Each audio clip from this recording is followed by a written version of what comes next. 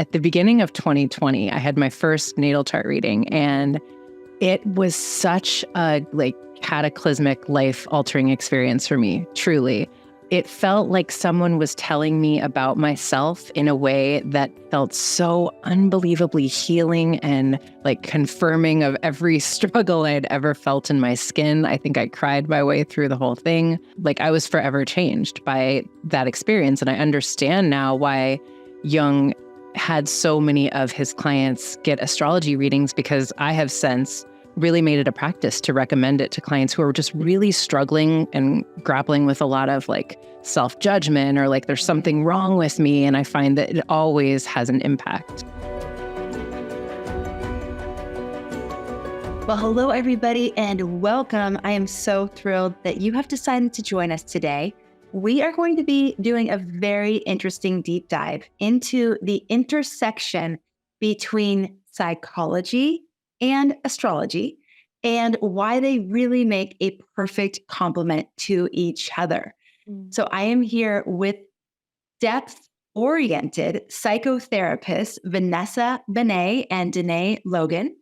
And I'm going to give you a little bit of background about these two amazing women that I have had the pleasure of getting to know over the last 4 or 5 months. And they're just beautiful human beings. I got to actually be a guest on their podcast, which is called Cheaper Than Therapy. And I'm going to tell you a little bit about it. So Vanessa and Dené are two soul sisters and therapists who connected over their shared love of depth psychology, known as the psychology of the soul. It is a template for diving beneath the surface to examine the complex natures of being human while on the quest for wholeness, including the relationship to spirit. Through their training and lived experiences with depth, yogic psychology, and mindfulness, they developed a passion for supporting others and living their most authentic lives while cultivating a fulfilling and rich relationship with the self, capital S. I love that. Okay, so Vanessa and Dené, welcome to the Astrology Up podcast. I'm so happy you're here. Thanks, Amanda. Thanks so much for having us. All right, so let's talk about this, because so many people are drawn to astrology for a similar reason it seems that you two were drawn to psychology, which is this exploration of the soul, the self with a capital S. So can you tell us a little bit about what that means to you? What is the psychology of the soul? What is the self with the capital S? What are those things? You want to take that one? What is the soul? That's a big question, right? To me, the soul is the immaterial essence of what we are, the part of us that continues long after we leave these physical bodies, the part of us that cannot be named, cannot be boxed in, cannot really be described. It's the part of us that is, I love to say, the I am, the part of us that is, if we think of us as ourselves, as little cups of the universe, that is the part of us that is the soul space. And so depth psychology to me is really bringing us back into that space of the sacred and the meaning and who we are beyond the physical aspects of our day-to-day lives. We were talking about before we hopped on, it's the experience and the study of the numinous and the parts of our lives that are magical. I think Carl Jung, who a lot of the work that Vanessa and I do is rooted in Jungian psychology and the study of Carl Jung's work. And he talked a lot about synchronicity and magic, really. And so I think when I think of depth psychology and how that is different from some of the more clinical forms of psychology, it's really the study of the magic of life from my perspective. Oh my God, I've chills all over my body. So one of the questions I love to ask astrologers, especially the really seasoned ones who've been doing this for decades, is how does astrology work? How and why? What is the mechanism behind this? And it's amazing to hear these very educated, logical, brilliant minds literally at the end of the day boil it down to magic. We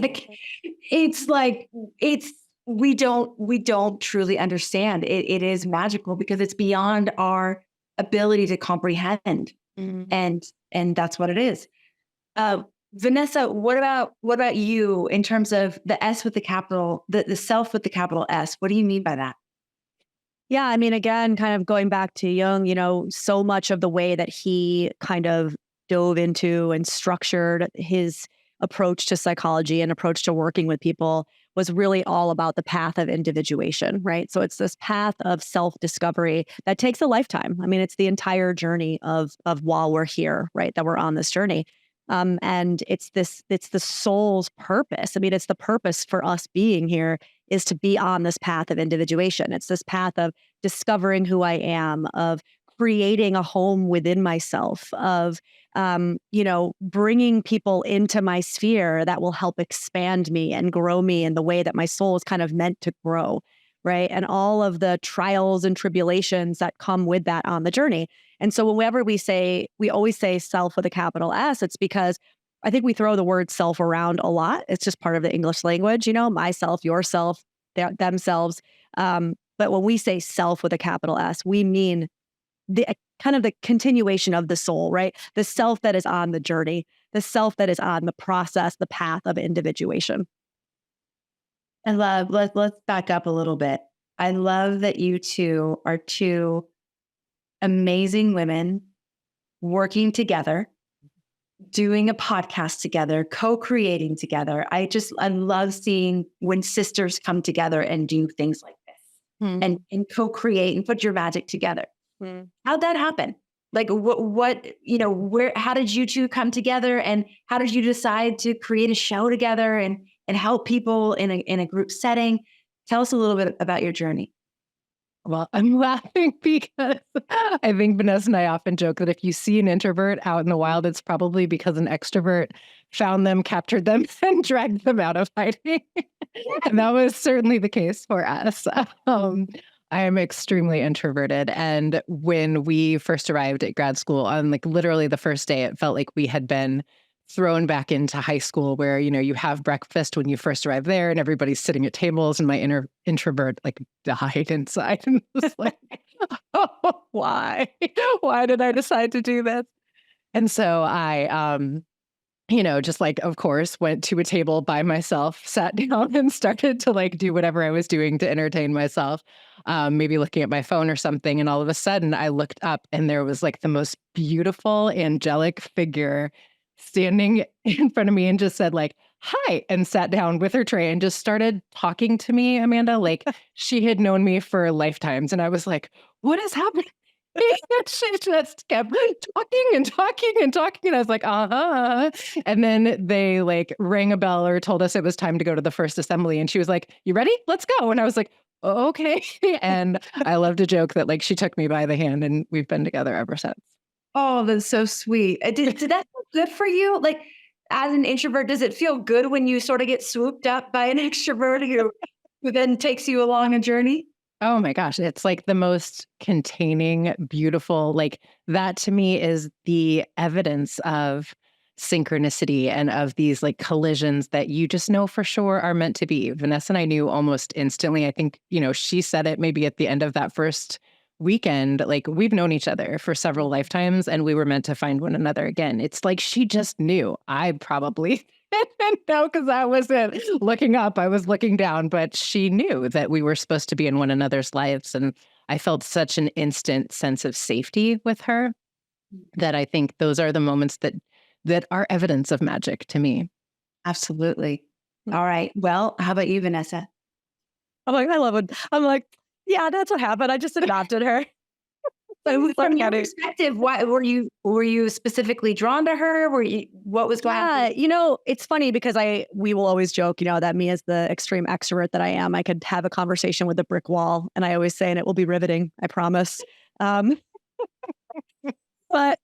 I can walk into a room, I can walk into anywhere and I will find somebody and I will start talking. It's just kind of a skill that I have. But there were a bunch of tables open and, I just saw her and I was just drawn to her and that's who I decided to sit with. And I guess for me, it was not like, there was no consideration. There was not that I remember, it was such I kind of could be very definitive in the way that I move through the world. I'm a Taurus. I'm very like purposeful and like, there it is. And I think today was just that person. I was like, this is where I'm sitting. And we chatted. And I swear I remember you talking too. Maybe it was just me talking the whole time. And then I just knew, I don't know. There was a knowing. All right. I know everybody wants to know now. What are your sun, moon, and rising? So I'm a Taurus sun, as I just said, Libra moon and Aquarius rising. Okay, nice. And So I'm Capricorn sun, also a Libra moon, and a Scorpio rising. okay, all right. Whew. Let's talk psychology and astrology.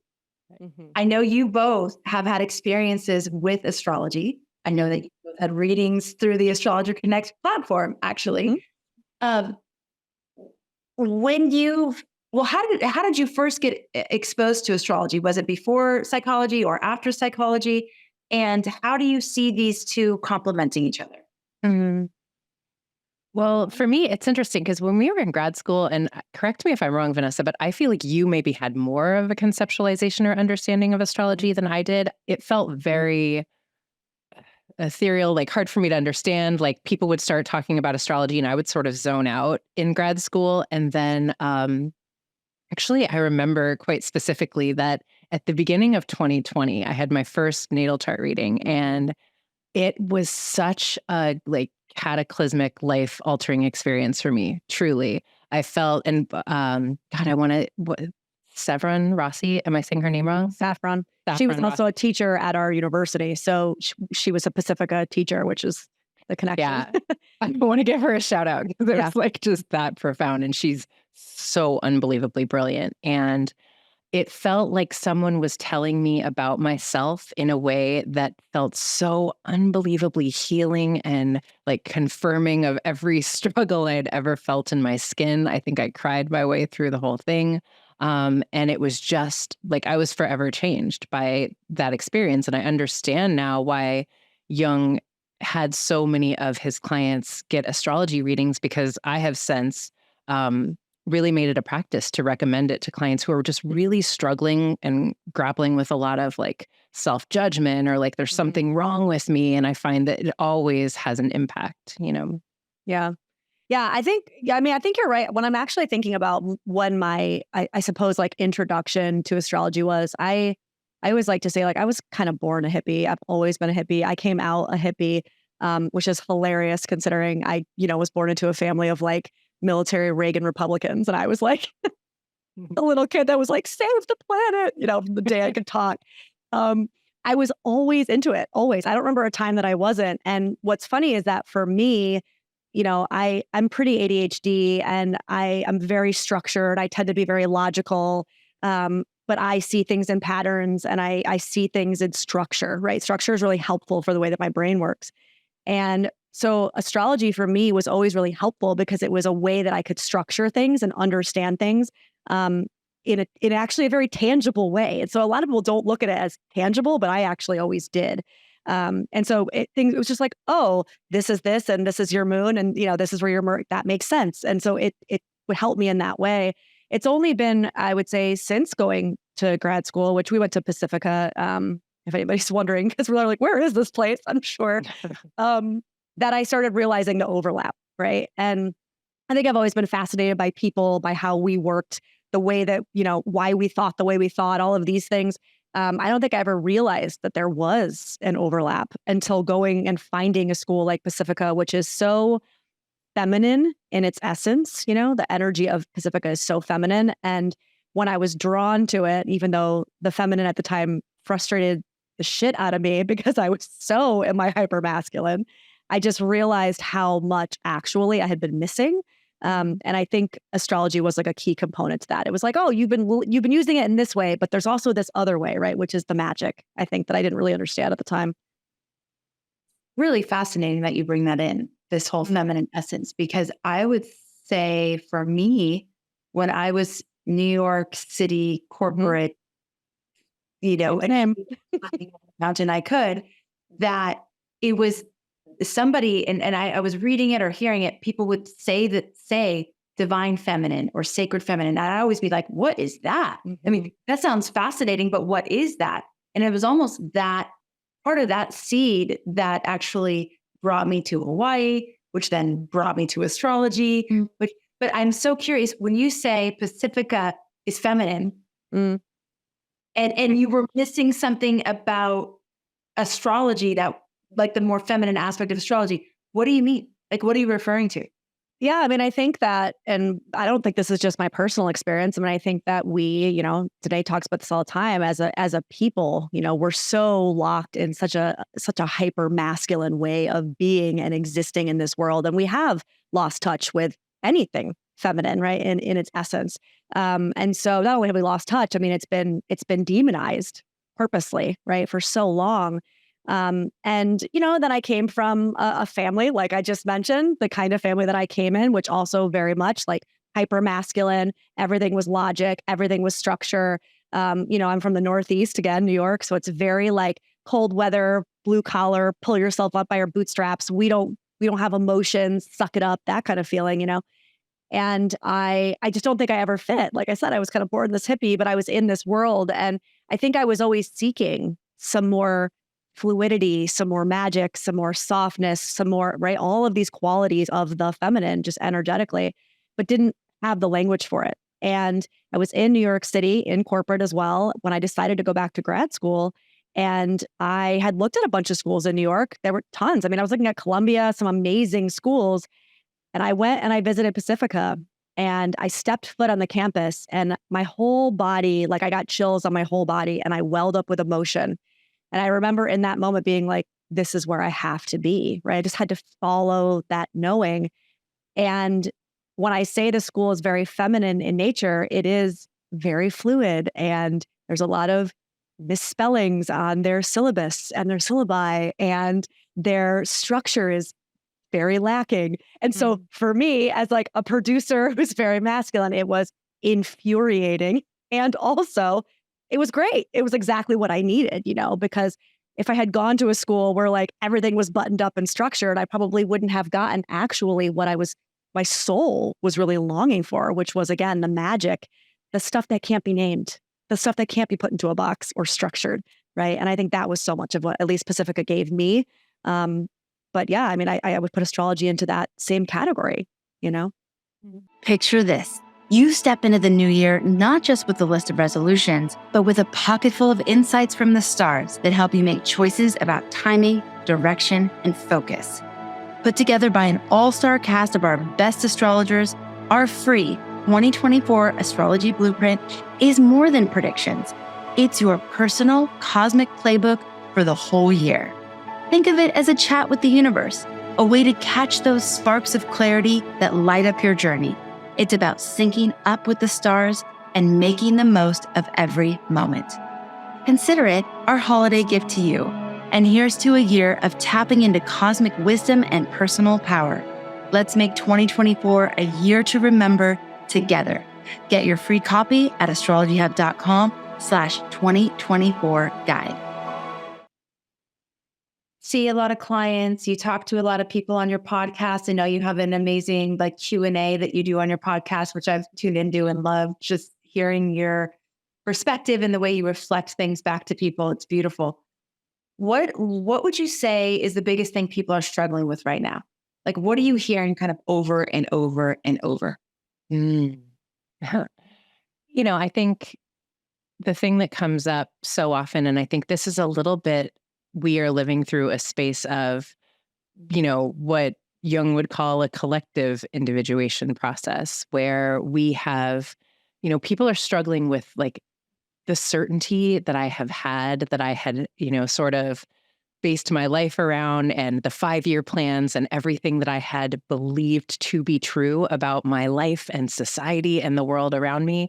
A lot of that has been not only challenged in a really profound way over the last few years, but a lot of it's like the veil of the matrix of some of, what we've been living in has sort of been lifted. And there are things that just all of a sudden we can't unsee that things were never really the case. And I think, some of what Vanessa's speaking to when she talks about us really having lived for a very long in a wounded masculine paradigm was that we sort of believed that our safety could be found in certain structures and government entities and ways of being and living a good life that would keep us safe. And all of a sudden we're sort of confronted with, and if that's not true, what then? And I think we've been a society that has really been void of really knowing how to be, and not just be in our feminine soul space, but like be in the wonder and in the unknown and in the if I can't know what tomorrow's going to look like, what do I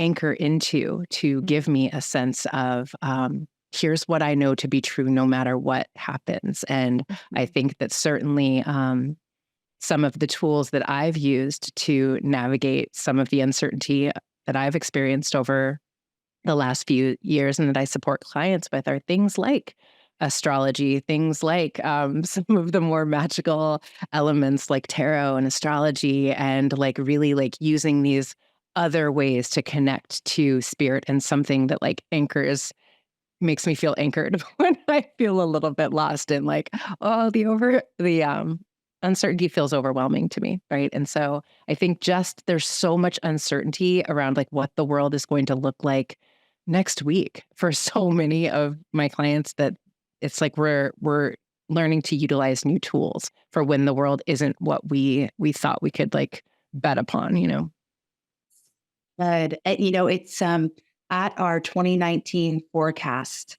for 2020. So we did it in 2019, but it was a forecast for 2020. And we had been doing an entire 2020 prep series because astrologers kept saying, everything's going to change. All the structures are going to be challenged. The ones that are built on faulty ground are going to fall. And it was like, whoa. I mean, they were making such bold claims that it was like, you better be paying attention, But one of the things that one of the astrologers said at that 2019 forecast was, we are going to have to get comfortable being uncomfortable. Mm-hmm. This is going to be the new space in which we will be navigating our lives. Right. And so we may as well get comfortable in it. And I love that you're helping your clients actually do that with tools, because often the astrology will give us very clear indicators of the energy that we're going to be working with.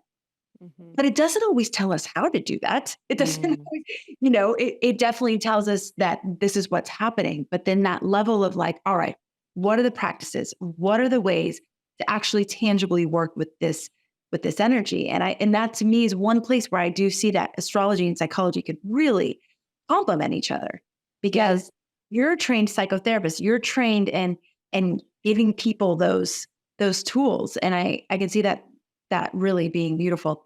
What about you? I mean, Vanessa, would you echo the same thing Dené said, or would you add, or what would you say? Yeah, I would definitely echo. I mean, I think the area that I would add to is, and this is another overlap I think that Dené and I have that we connected on when we first met, was that we found our way back to the path, at least of kind of the beginning of healing, through body-oriented practices. And so both of us have a background in yoga, a long-standing practice of yoga. And I think it was through yoga that door kind of opened for a lot of other gateways, right? And so I think what happens is a lot of times people come to me struggling with exactly everything that Dené is saying. And then they say, and it's tangibly showing up in these ways in my relational struggles, right? It's my relationship with self, but it's also my relationship with other people. And so often, I think what I find myself doing in my sessions is the tangible kind of, I think how to put this into words. It's like resourcing. It's using the body as a resource, right? And so it's tangibly teaching tools of how do I connect back to my intuition? How do I connect back to myself as the knowing, right? I was saying earlier about my body had that knowing. And I think for so many of us, we're so disconnected from self. Now, that's just not just spiritual self. That's my body as well, right? And one could say, obviously, they're all connected. And so I find that a lot of the tangible tools that I'm working with in sessions are body-oriented, tangible tools. It's like bringing us back into the wisdom of the body, the wisdom of the intuition that we've turned down, and that we're doing what Dené is saying, which is we've been taught to reach outside of ourself for some kind of knowledge or some kind of, safety, whether that's in shopping, whether that's in social media, whether that's in my romantic relationships, right? And so much of that work I think that I do with clients is really coming back to like the actual body, the self, the tangible self. And how do I start to build the trust that was kind of severed or lost? It's perfectly beautiful that the Taurus is using body but not get into their bodies. It's, but it's so true. And I think so many people probably in our community can relate that it was some sort of experience in the body, through the body, that helped them to start to awaken. Yes. And I've also experienced myself that a few of the things that I have to prioritize is morning meditation, but also walking and movement and these things that actually help me be in the body, because the body is our conduit to the divine. Exactly. We were given this incredible vehicle or temple, whichever way you want to think of it, that literally just locks us in with that divine frequency. And when we're disconnected from it, we're also disconnected with our intuition, all those things. I would love to ask you, can you give us a practice? Like if there's people out there that are like, I know I'm disconnected from my body. I've been disconnected from my body. I feel even shame or, like almost a purposeful pushing away because I've been taught that my body's not right or to be shameful or, all the things. I mean, it's endless, right? All the ways that we've been told and taught to disconnect from ourselves. Is there anything kind of simple that you could give to people? Yeah. I mean, look, I could go into more of the like mindfulness-based cognitive therapy tools and techniques, which are all, meditation structured and kind of foundational. But I feel like many of your listeners probably know some of those things, The thing that's actually coming up for me, while it's a body practice, it's kind of like an emotional, I'm going to make something up here, an emotional psychic body practice. It's like this connection of the three, which is like a lot of the work that Dené and I do is around recovery from codependency, right? And it's a very like foundational element of the work that her and I do. And I like to talk about how one of the symptoms or signs of disconnection from self is how hard it is for us to actually know what we're feeling, what we're experiencing, what our needs are, what our desires are, right? How to communicate that. And so I'll go through a lot of these things with clients or in workshops, and most people are nodding and nodding. And I'll say, while I might have a hard time being with anger or recognizing even when I'm in joy, I never have a problem recognizing when I'm resentful. And everybody always kind of snickers and smiles and shakes their head. And I'm like, it's the one thing that we can all agree we know what that feels like, right? I don't know why that one is the sticker for everybody, but we all know it, right? And so an actual practice that I use is having people tune into the feeling in their body of resentment. What does that feel like? And I always say, you'll get plenty of practice. There will be opportunity. It doesn't have to be some huge resentment. It could be like a tiny little whiff of it. But I say, like, be the anthropologist to yourself. All you're doing is noticing. Turn up the awareness dial on resentment and just focus there for a couple weeks. And every time you get this little pang in your stomach or like that tightening in your chest and you're like, oh, there it is, you can pause and know that your codependency in some way is being activated. Something is not being said. You're not communicating something. You're brushing something under the rug. You're allowing a boundary to be crossed, right? All of these things. That's what that's indicating. And for some of us, that's the first thing that we grasp at. And so it might not sound like a body-oriented practice, but it is in essence, because it registers in your body. And so we need to really get familiar with what that feels like. Like, I know what resentment feels like in my body. I know it to a T, right? And it's a practice. It's kind of a skill or like a muscle to build to get familiar with that. Codependency, that's a big one. In terms of relationships, is that the one that you see the most? Like the issue? I mean, I would say, yeah, right? Because we basically say we're all codependent. I mean, we're like, this is the hill we're going to die on. We are a codependent society. We all struggle with it in some way. So I don't know, Dené, what you would say, but I would say, yeah, that's the biggest one. Yeah. I think so much of what we ultimately speak about a lot is that what codependency is a way that we learn to self-regulate through our relationship to other people. So if I can control what you're doing, how you're doing it, if I can sort of manipulate that or people please or be who you need me to be, then I'll be okay. And to the point that Vanessa was just making, until we really know how to come back into our bodies and be with ourselves, we will attempt to control the world around us to cultivate a sense of safety. And, I think for me, one of the most profound experiences of my life, and it sounds so silly every time I say it, but it's the truth, was just coming into the felt realization that there was no feeling that I would have that would kill me. That if I allowed the feeling to be felt and move through me, that eventually it would pass and I would still be there and I would be okay. But I loved what you said about, so many of us spend a lifetime just from the neck up, not in the space of our bodies. And there's so many layers to what that is. We've really been conditioned to reject our bodies and believe that our bodies are a place that aren't safe. So if I focus outward, then I don't have to focus on my body. But I think learning to cultivate a sense of safety within can be just so simple. If I feel like I'm in that state of panic and I want to control something external, what I love to say to clients is, do me a favor. If a client texts me and they're like, I'm having a panic attack, I will say, okay, do me a favor, take your shoes off and go outside and walk around in your yard for a little bit. And then text me and tell me how you feel after doing that for 15 minutes.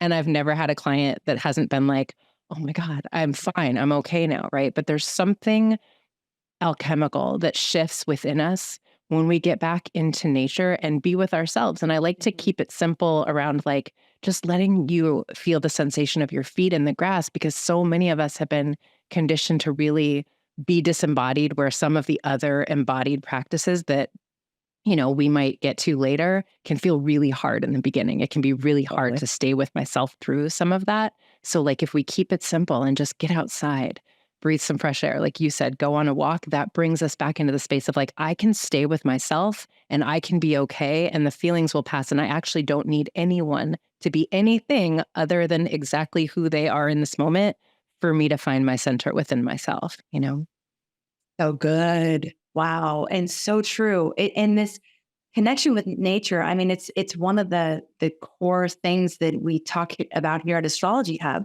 because astrology is really just the study of natural rhythms, natural cycles, nature itself, and our connection to it. And, we might say to our astrology lovers, just go outside and be under the moon, similar to just go outside and put your feet on the grass, go outside and look at Venus. You don't have to do anything, just look. And there is something that happens. I love hearing from you that there's never been a time that hasn't been a grounding presence for people.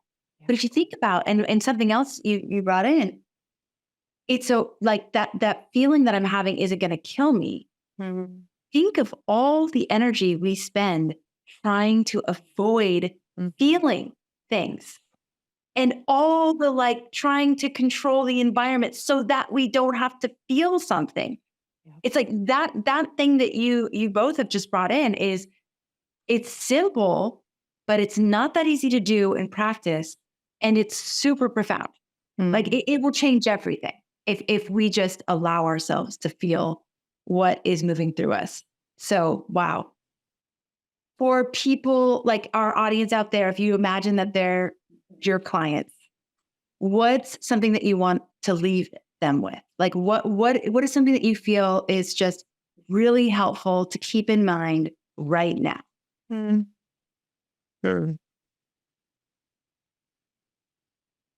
Well, I'm looking at tonight. You go first. I think what I want to sort of be the mantra that I offer others, that I certainly hold on to myself, is that there is an intelligence to all of this. There is something that is holding all of us in the grand unfolding, if you will. And I think that so much of the reason that we attempt to control and, maneuver and manipulate and do all of these things that we're talking about to keep ourselves safe is because we control what we don't trust.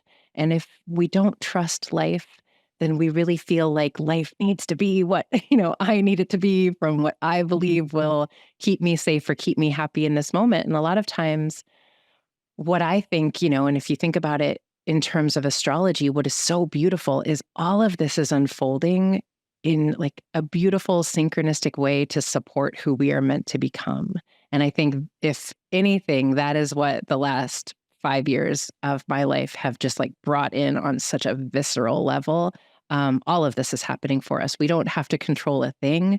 It just becomes like, how do I come back to these tools that we're talking about to bring me back to myself and back to the willingness to trust, right? And it is a willingness. It's like, can I be back in that willingness again and again forever? Amen. Because all of us will forget, all of us will feel like it's not accessible, but it's a practice that we can bring ourselves back to at any time. Like, I trust in life. I trust that I'm held. I trust that I will get through this and that this feeling will not last forever and I'll be okay, you know? Mm-hmm. Mm. Word cosmos, Mm.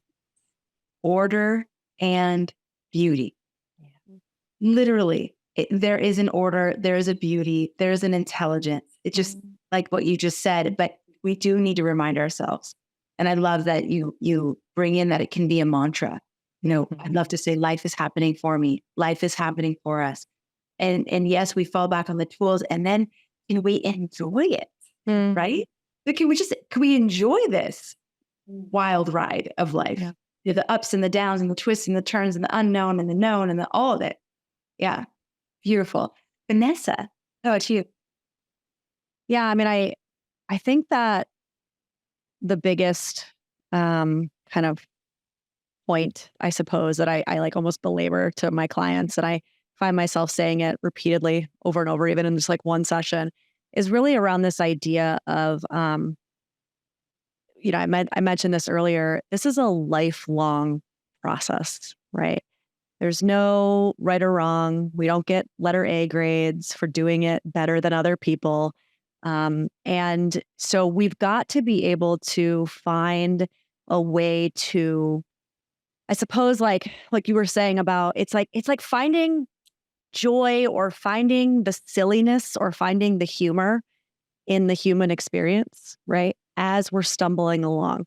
I tend to, in just the way that I suppose I communicate and the way that I am, like I'll tend to be like, oh, that you looked like kind of an idiot when you did that, didn't you? And like, we'll both laugh, right? Like, did you feel like an idiot? And it's like, this is how I will literally sit with clients. And I'll be like, well, I did this thing and I really put my foot in my mouth, right? I felt like a complete moron. And we'll joke. And it's like, good. Somebody will say like, oh my God, I did this thing. And I'm like, good. Oh, were you uncomfortable? Good. How was that for you?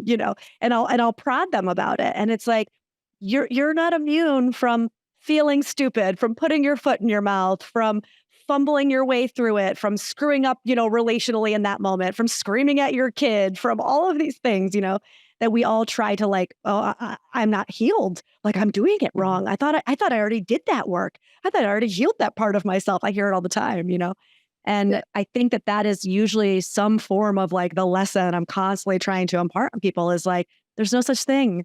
You don't get it right. There's no such thing. You don't get a grade. There's no letter. You screw up, you learn from the screw up. You screw up again, you learn from the screw up. Can we just be malleable and evolve and be in this like fluid nature of evolution, right? It's hard. I get it. It's hard for people. We want things to make sense and be black and white and be structured and feel safe, to Dené's point. But I do find that when we can make fun of ourselves actually and loosen up a little bit and realize how silly we all are and we all look, then it just becomes easier, to be in our own skin. Oh, that's so awesome. When we can laugh at it, we're free of it. Yeah. I mean, if we can't laugh at ourselves, if we can't laugh at a situation, it still owns us. Totally. When it gets to that point where we can laugh and see the humor, and that's a really good indicator that we're liberated from whatever the embarrassment or the, whatever it was. I've loved this. This has been so much fun. If there's people that I know you're doing an event coming up soon, I know you have things. You obviously you have your podcast, Cheaper Than Therapy. Go check it out. It's so good. But you're having an event very soon, like a retreat. So if somebody wanted to jump in, tell us a little bit about that retreat. Yeah. So, as we were talking a lot about this idea of returning to the feminine principle, and that we've been a society that's been out of alignment with the integration of our masculine and feminine for a very long time. And we believe, and we know you believe because we talked about it when you were on the podcast a little bit, that there's like this rise of the feminine principle that the Aquarian age ushered in. And so we're hosting a retreat called The Return of the Sovereign Feminine. And we're really, it's going to be a women's retreat, and it's all about like how we step into an empowered space of integration starting off the new year. So we love that we're doing it January 18th through the 21st, because it gives us an opportunity to sort of kick off the year in a really bold, intentional, unapologetic way. And so we're going to be in Malibu, California with a group of women coming together in divine sisterhood and, and talking about all of the things that we dove into a little bit together. Yeah. So We've got me and another fellow Taurus will be cooking and nourishing all of us. perfect. And her food is divine. So just think 4 days of not having to think about cooking is also a big perk. But yeah, you can go to, either of our Instagrams, the Cheaper Than Therapy page, my website, vanessabennett.com. All the information's there, the signups there. And then for anybody listening, if you want, we'll give you $100 off the amount. If you guys want to use the code feminine when you check out, you'll get $100 for that one. Yeah. Thank you. I didn't know you were doing that. That's so nice. Little holiday surprise. That's so great. When I was going through my divorce, I had this moment of realizing I literally couldn't spell the word sovereign. I didn't know how to spell it. And I was like, I still have a hard time. yeah, but to me, it was so symbolic. Symbolic, right? Like I don't even know what that I means. don't know what that word is. Spell it, yes. And it was literally this moment of like, I remember I would speak in we. Like I could never speak about I only could speak in we. That part. And it's just like, I don't even know what sovereign is. So I love what you're doing. It's the work that we've been doing over the holidays with our community has been very feminine in nature as well, connecting with intentions, connecting with ritual, really inviting people into space to connect with nature through ritual and ceremony, connect with the moon cycle and allow that to infuse our rhythm of life. It's there. It's like, it's there up in the sky. We get to just tune into it and then bring it into our lives. And it's anchoring. We can find safety, quote unquote, in that, instead of looking for it in these external structures that are clearly not worth our trust. Yeah. We can look to the things that are eternal and timeless and consistent and always there for us. So I love the work you're doing. Thank you so much for being guests on this show. Thank you for featuring Astrology Hub on your show. And I just feel there's such a beautiful synergy between what you're doing and what we're doing here. So thank you. Thank you so much, Amanda. Same. Thank you. All right, everybody. And thank you for tuning in. Thank you so much for being a part of our community. Thank you, as always, for making astrology a part of your life. We'll look forward to connecting with you on the next episode.